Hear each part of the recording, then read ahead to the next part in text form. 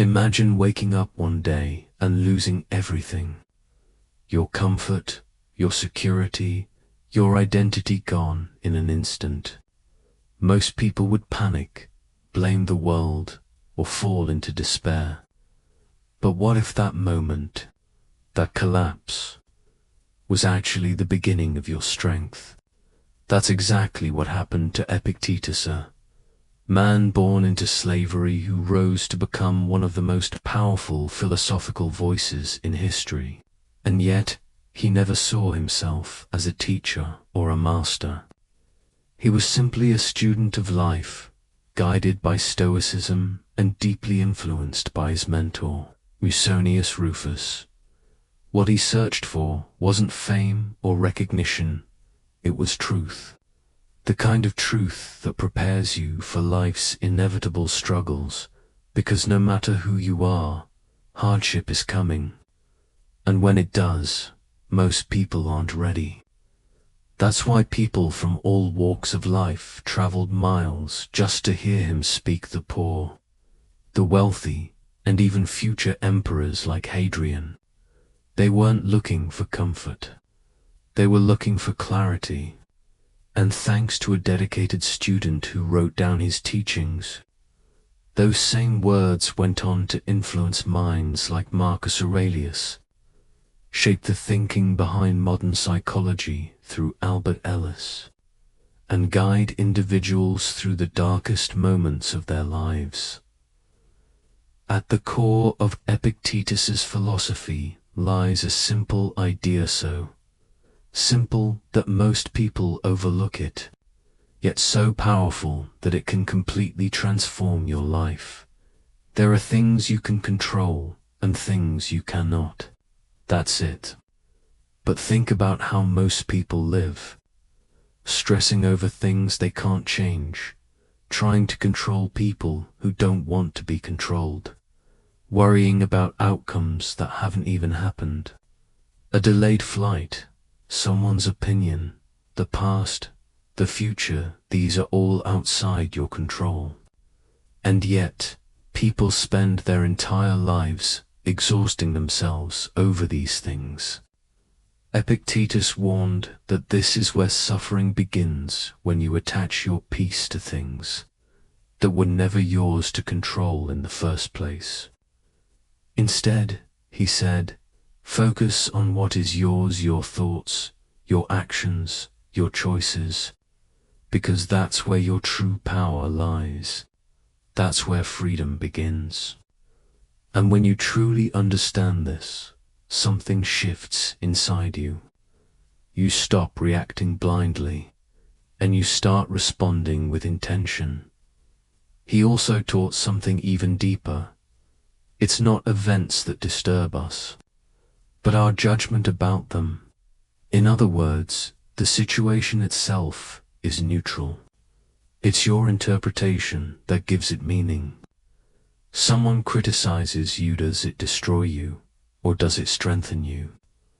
You fail, does it define you, or does it teach you? Life doesn't decide that, you do. And this single idea became so influential that it helped shape modern therapeutic approaches, especially through thinkers like Albert Ellis. But long before psychology gave it a name, Epictetus was already living it. He understood that your mind is not just reacting to reality, is actively shaping your experience of it. So if your mind has the power to create suffering, it also has the power to end it. But this kind of mindset doesn't come from ego, it comes from humility.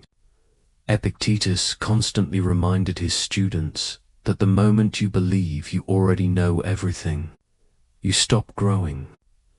That's why he stayed curious, always learning, always observing, always improving. Because real progress isn't about proving how much you know, it's about recognizing how much you still need to learn. And that leads to one of his most powerful teachings: adversity. Most people run from difficulty. They see it as unfair, as a sign to quit, as proof that life is against them. But Epictetus saw it differently. He believed that struggle is training, that hardship is not there to break you, but to build you like a fighter being prepared for a greater challenge. And this same idea echoes in the life of Seneca, who endured illness, exile, and political chaos, yet still taught that we suffer more in imagination than in reality. Think about that. How many times have you worried about something that never even happened? How often have you created pain in your mind that didn't exist in the real world?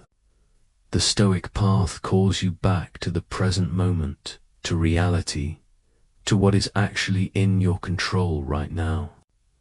Because adversity isn't your enemy. It's your proving ground. Without it, you'll never know your strength. Without resistance, you'll never grow. And that's why even your environment matters. Who you surround yourself with shapes who you become. The people in your life influence your mindset, your habits, your direction. So you have to be intentional. Walk away from what weakens you. Move toward what strengthens you. Because whether you realize it or not, your life is constantly being shaped by the people around you. And then comes the most uncomfortable truth of all time is slipping away. Not in some distant future, but right now, in this very moment. As Seneca warned, we don't realize it, but we are dying every single day. Every second that passes is gone forever. Every delay, every excuse, every moment spent waiting for the right time is time you will never get back. So don't wait. Don't postpone your life. Start now. Focus on what you can control. Let go of what you can't. Use hardship as fuel. Learn constantly. Grow intentionally. Because in the end, life will test you, will challenge you, push you, and try to break you. But the real question is, will you stay the same person through it all? Or will you rise, adapt, and become someone stronger than you ever thought possible? You could leave life right now, not tomorrow, not someday, right now. Let that sink in. Every second you waste, every delay, every excuse, is time you will never get back. Seneca warned us of this brutal truth when he said it's not that we have a short time to live, it's that we waste so much of it. And once it's gone, no power on earth can bring it back. Not a single minute, not a single breath. So what should you do with that realization? Simple: live immediately. Stop waiting for the perfect moment. Stop postponing your life. Fortune is unpredictable, fragile, and fleeting. So take what you have right now and live while you still can. That is the essence of Stoic wisdom. And no one embodied this more powerfully than Marcus Aurelius, man who wasn't just studying Stoicism, but living it at the highest level imaginable. As the last of the 5 good emperors, he ruled a world in chaos, plague, war, unrest, suffering on every side. And yet, instead of breaking under pressure, he turned inward. He embraced a philosophy born centuries earlier in Athens, one that taught a simple but powerful truth. You don't control what happens to you. You only control how you respond. For Marcus, Stoicism wasn't theory, it was survival. He once compared himself to someone burned or wounded, and Stoicism as the soothing ointment that healed him. And that's exactly what he tried to pass on in his personal journal. Meditations, not written for fame, not meant for the world, but as a private guide to keep himself grounded in the middle of chaos. And within those pages, we find one of the most relatable struggles ever recorded: the battle to get out of bed. Marcus literally argued with himself, asking, was I made to stay under warm blankets, or to do the work I was born to do? And here's what makes that powerful. He didn't have to get up. He was the emperor. No boss, no consequences, no pressure. But he chose discipline anyway, because he understood something most people ignore. How you start your day determines how you live your life. Comfort is easy, but it leads nowhere. Growth requires action, and action starts the moment you decide to rise. Marcus also gave us one of the most powerful perspectives on obstacles ever recorded. What stands in the way becomes the way. Think about that. Most people see problems as barriers. They complain, they resist, they give up. But Marcus saw obstacles as fuel.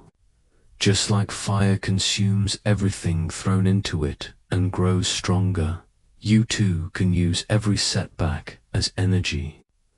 Every failure, every rejection, every hardship, it can either break you or build you. The choice is yours. The Stoic way is not to avoid difficulty, but to transform it. To look at struggle and say, this is my training. To see pain as a teacher, not an enemy. Because without resistance, there is no strength. Without challenge, there is no growth. And Marcus didn't just preach this, he lived it. While he was writing Meditations, Rome was being devastated. Floods destroyed homes. Famine spread. War raged for years. A deadly plague, the Antonine Plague, killed millions. And yet, in his writings, Marcus doesn't complain about these events. He doesn't play the victim. Instead, he focuses on one thing: how he will respond. He reminds himself that no matter what happens, he still has control over his character.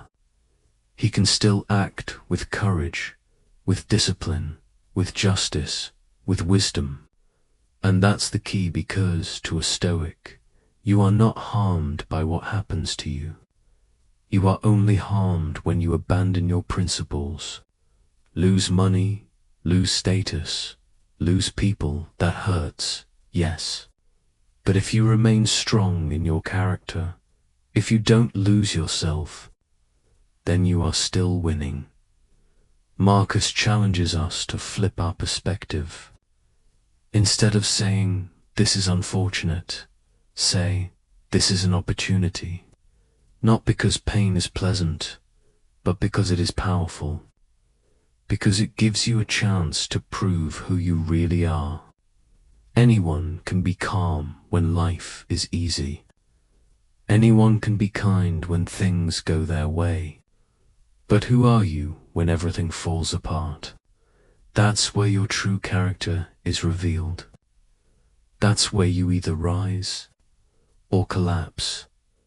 And then comes the most powerful Stoic practice of all, remembering death. Memento mori. It may sound dark, but it's actually the opposite. It's not meant to scare you. It's meant to wake you up. Marcus constantly reminded himself, you could leave life right now, not to create fear, but to create urgency. Because when you truly understand that your time is limited, something changes. You stop wasting energy on pointless things. You stop holding on to anger, jealousy, distractions. You become present, focused, alive. You realize that very little is worth your stress. And everything, every moment, every breath becomes valuable. So don't ignore this truth. Don't run from it. Use it. Let it push you. Let it guide you. Because one day this life will end, and the question is not when, but how you lived it. Did you wait? Did you hesitate? Or did you take control and live fully right now? Because as Marcus Aurelius reminds us, your life is being shaped in this very moment by what you think, what you do, and what you choose to become.